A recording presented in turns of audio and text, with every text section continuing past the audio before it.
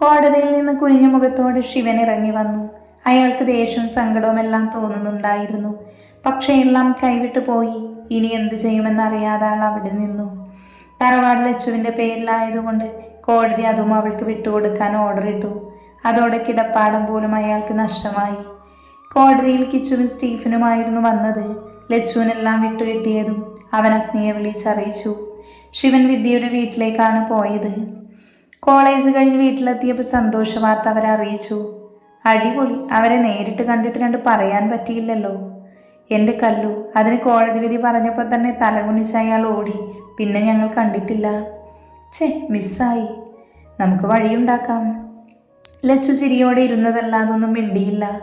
നിങ്ങൾ പോയി ഫ്രഷായി വാ, ചായ തരാം. ചായയോ? ഇന്ന് സന്തോഷല്ലേ, അപ്പോൾ പായസം ഉണ്ടാക്കണ്ടേ? നിനക്ക് ചായ വേണമെങ്കിൽ വന്നാൽ മതി. അതിനവളൊന്ന് ഇളിച്ചു കാണിച്ചു. കല്ലു ലച്ചുവിൻ്റെ കൈ പിടിച്ച് മുകളിലേക്ക് ഓടി. ഭക്ഷണമെല്ലാം കഴിച്ചു കഴിഞ്ഞ് മുറിയിലേക്ക് വന്നതാണ് ലച്ചു. അഗ്നി ഓഫീസ് റൂമിലാണ്. അവൾ വേഗം ഫ്രഷായി വന്നു. അഗ്നി വന്നപ്പോൾ കിടക്കുന്നവളെ കണ്ടതും അവൻ ഫ്രഷായി വന്നു. അവളെ നെഞ്ചിലേക്ക് ചേർത്തു കിടത്തി. ഇന്നെനിക്ക് ഒത്തിരി സന്തോഷമായി. എൻ്റെ അച്ഛൻ്റെ ആത്മാവിപ്പോൾ സന്തോഷിക്കുന്നുണ്ടാവുമല്ലേ ദേവേട്ട? അതെ, എനിക്കിനൊന്നും വേണ്ട. അച്ഛന് കമ്പനി കിട്ടി, തറവാട് കിട്ടി, ദേവേട്ടനെ കിട്ടി. ഞാൻ എല്ലാം കൊണ്ടും സന്തോഷവതിയാ. അപ്പോൾ നമുക്ക് നമ്മൾ മാത്രം മതിയോ? അവളുടെ മുഖം പിടിച്ചുയർത്തിക്കൊണ്ട് അവൻ ചോദിച്ചു. അവളുടെ മുഖം നാണം കൊണ്ട് ചുവന്നു വന്നു. അവൻ്റെ നെഞ്ചിൽ മുഖം അമർത്തി വെച്ച് മുറുക്കെ പുണർന്നു കിടന്നു അവൾ. നാളെ വരുമോ? നോക്കട്ടെ. അതെന്താ? അഗ്നി അറിഞ്ഞ് എന്നെ കൊല്ലും. അയ്യോ, ഏട്ടന് പേടിയാ? നിന്റെ ക്ലാസ് കട്ട് ചെയ്താ അവൻ എന്നെ ബാക്കി വെക്കില്ല. അതുകൊണ്ട് തൽക്കാലം നമുക്ക് ഇങ്ങനെ സംസാരിക്കാം. ഓ, എന്നാടി പെണ്ണേ? ഒന്നുമില്ല. പിണങ്ങി പോവാണോ? ഏയ്, ഞാനോ? അതെ, നീയായതുകൊണ്ടാ. എന്നാ പിന്നെ പിണങ്ങാത്ത പെണ്ണിനെ കണ്ടുപിടിച്ചോ? അവളുടെ മറുപടി കേട്ട് കോൾ കട്ടാവലും ഒരുമിച്ചായിരുന്നു. അവൻ ചെവിയിൽ നിന്ന് ഫോൺ മാറ്റി കണ്ണു മിഴിച്ചു നിന്നു. പിന്നെ ചിരിയോട് അവളെ വിളിച്ചു. കോൾ അറ്റൻഡ് ചെയ്യാതെ കുറേ വിട്ടെങ്കിലും അവസാനം കോൾ എടുത്തു. പിണക്കം തീർത്തു രണ്ടാളും കിടക്കുമ്പോൾ നേരം ഒരുപാടായിരുന്നു. വയ്യ ഇനിയും ഇങ്ങനെ വേദന സഹിക്കാൻ. എന്തായാലും ഉടനെ ഒരു തീരുമാനമുണ്ടാക്കണം. മനസ്സിൽ ഓരോന്ന് ആലോചിച്ച് തീരുമാനമെടുക്കുമ്പോൾ കണ്ണ് നിറഞ്ഞൊഴുകിയിരുന്നു. ഉറക്കത്തിൽ എപ്പോഴോ ഫോൺ അടിക്കുന്നത് കേട്ടാണ് കാർത്തി കണ്ണു തുറന്നത്. ടേബിളിൽ നിന്ന് ഫോൺ കൈയെത്തിച്ചെടുത്തു. ആരാണെന്ന് നോക്കിയപ്പോൾ പേര് കണ്ടത് അവന് ദേഷ്യം വന്നു. കണ്ണേട്ടാ? അറ്റൻഡ് ചെയ്ത് ചെവിയിൽ വെച്ചതും കേട്ടത് വിതുമ്പിക്കൊണ്ടുള്ള വിളിയാണ്. നിനക്കെന്താ വേണ്ടത്? ഇനിയും എന്തിനാ എന്നെ അവോയ്ഡ് ചെയ്യുന്നേ? നിന്നോട് ഞാൻ പറഞ്ഞതാ എനിക്ക് നിന്നോട് അങ്ങനെ ഒരു ഇഷ്ടവും ഇല്ല എന്ന്. അത് മനസ്സിലാക്കാതെ ഇങ്ങനെ ശല്യം ചെയ്യരുത്. കാരണം പറയുമോ പ്ലീസ്? കാരണം നിന്നോട് പറഞ്ഞതല്ലേ എനിക്കിഷ്ടമല്ല. അത് തന്നെ ഒരു കാരണമാണ്. പിന്നെ നിന്നെപ്പോലെ പണത്തിൽ ജീവിക്കുന്ന ആളല്ല ഞാനും എൻ്റെ കുടുംബവും. എന്നെ വെറുതെ വിട്ടൂടെ? ശരി, ഇനി ഞാൻ വിളിക്കില്ല. അവസാനമായി ഒന്ന് സംസാരിക്കണമെന്ന് തോന്നി. അതുകൊണ്ടാ. ഒത്തിരി ഇഷ്ടമാണ് എനിക്ക്. എൻ്റെ ജീവനാണ്. ഒരിക്കലും അത് മറക്കില്ല. I love you. കരഞ്ഞുകൊണ്ട് അവൾ കോൾ അവസാനിപ്പിച്ചതും അവൻ്റെ നെഞ്ച് പിടഞ്ഞുപോയി. Hello D. അവൻ ഞെട്ടി അവളെ വിളിച്ചു നോക്കി. മിണ്ടുന്നില്ല എന്ന് കണ്ടതും അവൻ ഫോൺ ചെവിയിൽ നിന്ന് എടുത്തു നോക്കി. കട്ടായി എന്ന് മനസ്സിലായതും തിരിച്ചൊരു കോൾ പോകുന്നുണ്ട്. അറ്റൻഡ് ചെയ്യുന്നില്ല എന്ന് കണ്ടതും അവൻ കട്ടിൽ നിന്ന് എഴുന്നേറ്റു. ട്രൈ ചെയ്തുകൊണ്ടേയിരുന്നു. കുറേയായിട്ടും കോൾ എടുക്കുന്നില്ല എന്ന് കണ്ടതും ടെൻഷനായി. നെറ്റിയിൽ കൈതാങ്ങി അവൻ ഇരുന്നു. എന്തോർത്ത പോലെ ഫോൺ എടുത്ത് കോണ്ടാക്ട് എടുത്ത് ഒരു നമ്പറിൽ വിളിക്കാൻ തുടങ്ങി. പെട്ടെന്ന് അവൻ ബാക്ക് അടിച്ചു. ഇതിപ്പോൾ പണിയായോ? അവനോട് എന്ത് പറയും? ഇനി എന്താ ചെയ്യുക? മുടി പിടിച്ചു വലിച്ച് അവൻ മുറിയിലൂടെ അങ്ങോട്ടും ഇങ്ങോട്ടും നടന്നു. പിന്നെ വേഗം ഡ്രസ്സ് മാറി ബൈക്കിൻ്റെ കീഴെടുത്ത് വീടിന് പുറത്തിറങ്ങി. വണ്ടി ഓടിക്കുമ്പോൾ അവൻ്റെ ഉള്ളിൽ പേടിയായിരുന്നു. എന്തേലും സംഭവിച്ചോ എന്നോർത്ത്. അവളുടെ വീടെത്തിയതും അവൻ വണ്ടി കുറച്ച് മാറി പാർക്ക് ചെയ്തു. മതിൽ ചാടാനുള്ള വഴി നോക്കി. അവസാനം വീടിന് പുറകിലെ ചെറിയ മതിൽ കെട്ട് ചാടി അകത്തു കയറി. ദൈവമേ, ഇനി എങ്ങനെ അവളുടെ മുറിയെത്തും? ചുറ്റും നോക്കി അവൻ. കണ്ണ് പിടിച്ച് ബാൽക്കണി കണ്ടതും എങ്ങനെയും അവിടെ എത്തിയാൽ മതിയെന്നായിരുന്നു അവൻ്റെ ഉള്ളിൽ. പൈപ്പ് ലൈൻ വഴി പിടിച്ചു വലിഞ്ഞ് അവൻ കയറി. ബാൽക്കണി എത്തി ചുറ്റും നോക്കി. വാതിൽ പതിയെ തള്ളി. അത് തുറന്നു വന്നതും അവൻ അകത്തേക്കു കയറി. ചെറിയ ഡിം ലൈറ്റ് മാത്രമേ അവിടെ ഉണ്ടായിരുന്നുള്ളൂ എന്ന് കണ്ടതും ബെഡിലേക്ക് നോക്കി. അവിടെ ആരുമില്ല എന്ന് മനസ്സിലായതും ചുറ്റും നോക്കി വാഷ്റൂം ഡോറിനടുത്തേക്ക് ചെന്നു. അകത്തുനിന്ന് വെള്ളം വീഴുന്ന സൗണ്ട് കേട്ട് അവൻ പതിയെ ഡോറിൽ തട്ടി നോക്കി. ആരും മിണ്ടുന്നില്ല എന്ന് കണ്ടതും അവൻ ഞെട്ടി. പിന്നെ വാതിൽ തള്ളി നോക്കിയതും തുറന്നു വന്നു. അകത്തേക്ക് നോക്കിയപ്പോൾ കണ്ടു ഷവർ ഓൺ ചെയ്തതിന് താഴെ ഇരിക്കുന്നവളെ. അവൻ അകത്തേക്ക് കയറി ചെന്നു. താഴെ നിന്ന് അവളെ വലിച്ചെഴുന്നേൽപ്പിച്ചു. കൈ നീട്ടി കരണത്തൊന്നു കൊടുത്തു. കവളിൽ കൈവച്ച് അവനെ കണ്ണ് നിറച്ചു നോക്കി നിൽക്കുന്നുണ്ട് അവൾ. നിനക്കിത് തന്നില്ലെങ്കിൽ ശരിയാകില്ല. നിന്റെ വീട്ടുകാർ തരാതെ വളർത്തിയതിൻ്റെ കുഴപ്പമാണ് നിനക്ക്. അവൻ ദേഷ്യം കൊണ്ട് വിറച്ചു പോയിരുന്നു. അവൾ അബദ്ധം വല്ലതും കാണിച്ചോ എന്ന് ഭയന്നുപോയി. ഞാൻ മിണ്ടാതെ ഇങ്ങോട്ട് വാടി. അവളെ പറയാൻ സമ്മതിക്കാതെ കൈപിടിച്ച് പുറത്തേക്ക് വലിച്ചിറക്കി. റൂമിലെ അലമാര തുറന്ന് ഡ്രസ്സ് എടുത്തു. മാറിയിട്ട് വാ, നിനക്ക് ഞാൻ ബാക്കി തരാം. അവളുടെ കയ്യിൽ കൊടുത്ത് അവൻ ബെഡിലിരുന്നു. അവൾ അവനെ തന്നെ നോക്കി അവിടെ നിന്നു. നിന്നോട് പോയിട്ട് ഡ്രസ്സ് മാറാനാ പറഞ്ഞത്. അവൾ പോകാതെ നിൽക്കുന്നത് കണ്ടതും അവൻ വീണ്ടും അലറി. പെട്ടെന്ന് ഡ്രസ്സ് ചേഞ്ച് ചെയ്ത് അവൾ തിരിച്ചു വന്നു. അവളുടെ കൈ പിടിച്ചടുത്തിരുത്തി.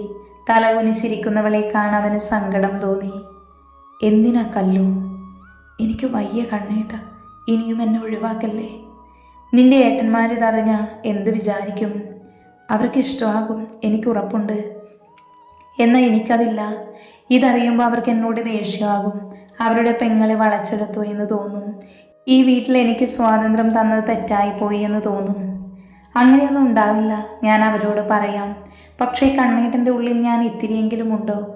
അവളുടെ ഇടറിയുള്ള അവസാന വാക്കിൽ അവൻ്റെ ഉള്ളം വേദനിച്ചു. പ്ലീസ് എന്തെങ്കിലും ഒന്ന് പറയുമോ? അവൻ്റെ മൗനം അവളെ തളർത്തി.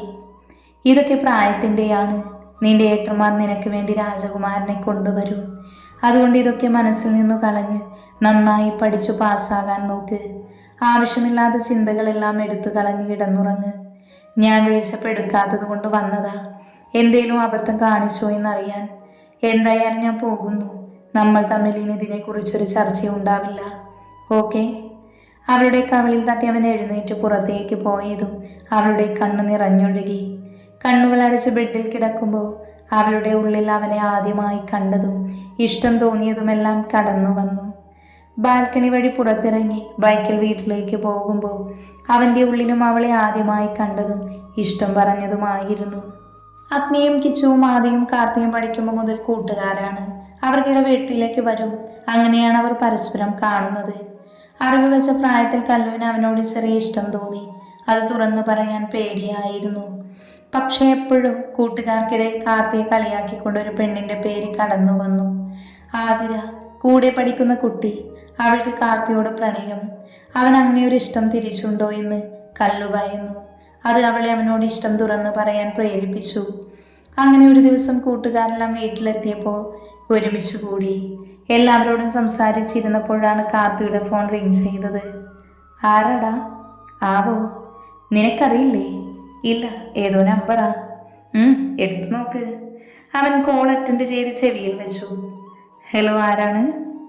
ഹലോ, എന്നെ മനസ്സിലായില്ലേ? ഇല്ല, ആരാ? ഞാൻ ആതിര. നിനക്ക് എൻ്റെ നമ്പർ എവിടുന്ന് കിട്ടി? അത് പിന്നെ, നീ എന്തിനാ എന്നെ വിളിച്ചത്? കാർത്തിയെ എനിക്കിഷ്ടമാണ്. അതിന്? പ്ലീസ് കാർത്തി, എന്നെ മനസ്സിലാക്കണം. എൻ്റെ ഇഷ്ടം സീരിയസാ. നോക്കാതിര, എനിക്ക് അങ്ങനെ ഇഷ്ടം തന്നോടില്ല. എന്നെ വെറുതെ വിടണം. കാർത്തി, എനിക്ക് പറയാനുള്ളത് പറഞ്ഞു കഴിഞ്ഞു. അവൻ ദേഷ്യത്തോടെ അത് പറഞ്ഞ് ഫോൺ കട്ട് ചെയ്തു. എന്തിനവൾ വിളിച്ചേ? എപ്പോഴുള്ളതുപോലെ തന്നെ, ഇഷ്ടമാണ് പോലും. അവളെ നിനക്ക് ഇഷ്ടമല്ലേ? ഡാ, ഏട്ടാ. അവൻ എന്തോ പറയാൻ തുടങ്ങിയപ്പോൾ കല്ലു അങ്ങോട്ട് വന്നു. എന്താ കല്ലു? കിച്ചേട്ടൻ അമ്മ വിളിക്കുന്നു. ഞാനിപ്പോൾ വരാം, നീ പൊയ്ക്കോ. അവൾ തലയാട്ടി തിരിഞ്ഞു നടന്നു. അവളുടെ കണ്ണ് നിറഞ്ഞൊഴുകുന്നുണ്ടായിരുന്നു. മുറിയിലേക്ക് കയറി ബെഡിൽ കിടന്ന് സൗണ്ട് പുറത്തു വരാതെ കരഞ്ഞു. കുറച്ചു കഴിഞ്ഞ് മുഖം കഴുകി പുറത്തിറങ്ങി. ബാൽക്കണിയിൽ ഒറ്റയ്ക്കിരിക്കുന്ന കാർത്തിയെ കണ്ട് അവൾ അങ്ങോട്ട് നടന്നു. കാർത്തിയേട്ടാ. എന്തോ ചിന്തിച്ചു നിന്നവൻ അവളുടെ വെളിയിൽ തിരിഞ്ഞു നോക്കി. എന്താ കല്യാണി? ആദ്യ അടുപ്പത്തോട് കല്ലു എന്ന് വിളിക്കുമെങ്കിലും കാർത്തി കല്യാണി എന്നേ വിളിക്കൂ. അത് എനിക്ക് കാർത്തിയേട്ടനെ ഇഷ്ടമാണ്. കുറച്ചു നാളായി. ഇത് പറയാൻ വേണ്ടി നോക്കി നിൽക്കുക. ഇനിയും പറഞ്ഞില്ലെങ്കിൽ ശരിയാവില്ല എന്ന് തോന്നി. അവൻ്റെ മുഖത്ത് നോക്കി അവൾ പറഞ്ഞതും അവൻ ഞെട്ടിപ്പോയിരുന്നു. കല്യാണി എന്തൊക്കെയായി പറയുന്നേ? പഠിക്കേണ്ട സമയമാണ്. ആവശ്യമില്ലാത്തതൊന്നും മനസ്സിൽ വേണ്ട. ഇതറിഞ്ഞ ഇവിടെയുള്ളവരെല്ലാം എന്നെ തെറ്റായി കാണും. അതുകൊണ്ട് ഇതൊന്നും ആരും അറിയരുത്. നീ പൊയ്ക്കോ. കുറച്ച് ദേഷ്യത്തോടെ അവളോട് പറഞ്ഞിട്ട് അവൻ പോയതും നിറഞ്ഞ കണ്ണുകൾ തുടച്ചവൾ മുറിയിലേക്ക് നടന്നു. കാർത്തിയുടെ മനസ്സ് വല്ലാതെ അസ്വസ്ഥമായിരുന്നു. ഇവിടെ നിന്ന് പോയാൽ മതിയെന്ന് അവന് തോന്നിപ്പോയി. അഗ്നിയും ആദിയും അവൻ്റെ അടുത്തേക്ക് വന്നതും കാർത്തി അവരെ ഒന്ന് നോക്കി. ഡാ, അമ്മ വിളിച്ചു, എന്നാ ഞാൻ പോകുക. എന്താടാ പെട്ടെന്ന്? എന്തെങ്കിലും ആവശ്യമുണ്ടോ? ഏയ് ഇല്ല, വരുന്നില്ലേ എന്ന് ചോദിച്ചു. എന്നാ പിന്നെ പോയേക്കാന്ന് വിചാരിച്ചു. ആണോ? എന്നാ ഞാനുണ്ട്. എന്നാ നീയും വാ. എന്നാ ഓക്കെ. അവർ പോയതും അഗ്നി അവൻ്റെ മുറിയിലേക്ക് പോയി. ബെഡിൽ കിടന്ന് കരഞ്ഞു. എപ്പോഴോ ഉറങ്ങിപ്പോയിരുന്നു. വീട്ടിലെത്തിയിട്ടും കാർത്തിക്ക് സമാധാനം ഇല്ലായിരുന്നു. ഇതാരോടെയും അറിഞ്ഞാലോ എന്ന് പേടി അവനുണ്ടായിരുന്നു. സമയം കടന്നുപോയി. രാത്രിയിൽ ഫോൺ റിങ് ആയതും അവൻ ആരാണെന്ന് നോക്കി. നമ്പറാണെന്ന് കണ്ടതും ആതിരയായിരിക്കുമെന്ന് വിചാരിച്ചു. ഹലോ കണ്ണേട്ടാ. ആരാ? കണ്ണേട്ട എന്ന വിളിയിൽ അത് ആതിരയല്ല എന്ന് അവന് മനസ്സിലായി. വീട്ടിൽ വിളിക്കുന്ന ആ പേര് പുറത്താർക്കും അറിയില്ല. അതുകൊണ്ട് തന്നെ അത് അടുത്തറിയുന്ന ആരോ ആണ് എന്ന് അവന് തോന്നി. കണ്ണേട്ട, ഞാനാ കല്ലു. നീയോ? നിന്നോട് ഞാൻ പറഞ്ഞതല്ലേ, അത് മനസ്സിലാവാതെ വെറുതെ ശല്യം ചെയ്യാൻ നോക്കല്ലേ കല്യാണി. കണ്ണേട്ട പ്ലീസ്, എന്നെ ഒന്ന് മനസ്സിലാക്ക്. എനിക്കൊന്നും മനസ്സിലാക്കാനില്ല കല്യാണി. ഫോൺ വെച്ചിട്ട് പോകാൻ നോക്ക്. അത്രയും പറഞ്ഞ് കോള് കട്ട് ചെയ്തു അവൻ. എന്നാൽ അപ്പുറത്ത് അവൻ പറഞ്ഞത് താങ്ങാനാവാതെ കരഞ്ഞു തുടങ്ങി കല്ലു. വീടിന് മുന്നിൽ ബൈക്ക് നിർത്തി അവൻ അകത്തേക്കു കയറി. ബെഡിൽ കിടക്കുമ്പോൾ അവനിൽ അവളുടെ ഓർമ്മകളായിരുന്നു. പിന്നെ അങ്ങോട്ട് അവളെ കാണാതിരിക്കാൻ ശ്രമിച്ചു അവൻ. ആദ്യമെല്ലാം ബ്ലോക്ക് ചെയ്തു. അപ്പൊ വേറെ നമ്പറിൽ നിന്നായി വിളി. അതോടെ കോൾ എടുക്കാതെയായി. ഒട്ടും സഹിക്കാൻ വയ്യാതെയാകുമ്പോൾ കോൾ അറ്റൻഡ് ചെയ്ത് എന്തേലും പറയുന്നു. അവളെ ഓരോന്ന് പറയുമ്പോൾ വേദനിക്കുന്നുണ്ട്. അത് പക്ഷേ അവളോട് പ്രണയമുള്ളത് കൊണ്ടല്ല. ഓരോന്നോർത്ത് അവൻ ഉറങ്ങിയപ്പോൾ അങ്ങ് ദൂരെ അവൻ്റെ വാക്കുകളിൽ കണ്ണു നിറച്ച് കിടക്കുവാണ് അവൾ. അവനെ തനിക്ക് കിട്ടില്ല എന്ന് തോന്നി. ഇനിയും പുറകെ നടന്നു ശല്യം ചെയ്യേണ്ട എന്ന് തീരുമാനിക്കുമ്പോഴും ഹൃദയം മുറിഞ്ഞു ചോര വരുന്നത് അവൾ അറിയുന്നുണ്ടായിരുന്നു. സങ്കടമെല്ലാം ഉള്ളിലൊതുക്കി അവൾ ഉറങ്ങാൻ ശ്രമിച്ചു. മറക്കാൻ ശ്രമിക്കുമ്പോഴും അത് നടക്കില്ല എന്ന് അവൾക്കറിയാമായിരുന്നു. എങ്കിലും ഇനിയും അവനെ ബുദ്ധിമുട്ടിപ്പിക്കില്ല എന്ന് അവൻ ഉറപ്പിച്ചു. ബാംഗ്ലൂരിലെത്തിയതും രോഹിത്തിനെ ഐസിയുവിലേക്ക് ഷിഫ്റ്റ് ചെയ്തിരുന്നു. രേഷ്മയ്ക്ക് അവിടെ നിന്ന് എങ്ങനെയും പോയാൽ മതിയെന്നായിരുന്നു. സമയം കടന്നു പോകുന്തോറും അവൾക്ക് ഭ്രാന്ത് പിടിക്കുന്നുണ്ട്. പെട്ടെന്ന് നരേഷിന്റെ ഫോൺ റിങ് ആയതും അയാൾ അതെടുത്ത് മാറി നിന്നു. കോൾ അറ്റൻഡ് ചെയ്ത് ചെവിയിൽ വെച്ചതും അപ്പുറത്തുനിന്ന് പറയുന്നത് കേട്ട് അയാളുടെ മുഖം മാറി. വിയർത്തു പോയ മുഖവും കഴുത്തും തുടച്ച അയാൾ മറുപടി കൊടുത്ത് കോൾ അവസാനിപ്പിച്ചു. അയാളുടെ ഭാവങ്ങളെല്ലാം രേഷ്മ നോക്കുന്നുണ്ടായിരുന്നു. എന്തേലും പ്രശ്നമുണ്ടോ എന്ന് അവൾക്ക് തോന്നിയെങ്കിലും അത് മൈൻഡ് ചെയ്യാതെ അവൾ ഇരുന്നു. നരേഷ് പെട്ടെന്ന് അവർക്കടുത്തേക്ക് വന്നു. യാമിനി മുഖം ഉയർത്തി അയാളെ നോക്കി. ദേഷ്യത്തോടെ യാമിനിക്ക് അടുത്തിരിക്കുന്ന രേഷ്മയെ പിടിച്ചെഴുന്നേൽപ്പിച്ച് കൈനീട്ടി കവിളത്തൊന്ന് കൊടുത്തു. പടക്കം പൊട്ടും പോലെ സൗണ്ട് അവിടെ ഉയർന്നതും ചുറ്റുമുള്ളവർ ഉൾപ്പെടെ അങ്ങോട്ട് നോക്കി. യാമിനി ഇരുന്നിടത്തുനിന്നും എഴുന്നേറ്റു. എന്താ നരേഷ് കാണിക്കുന്നേ? അയാളുടെ പ്രവൃത്തിയിൽ ഞെട്ടിയിരിക്കുന്ന യാമിനി ചോദിച്ചു. കവിളിൽ കൈവച്ച് അയാളെ തുറിച്ചു നോക്കുവാണ് രേഷ്മ.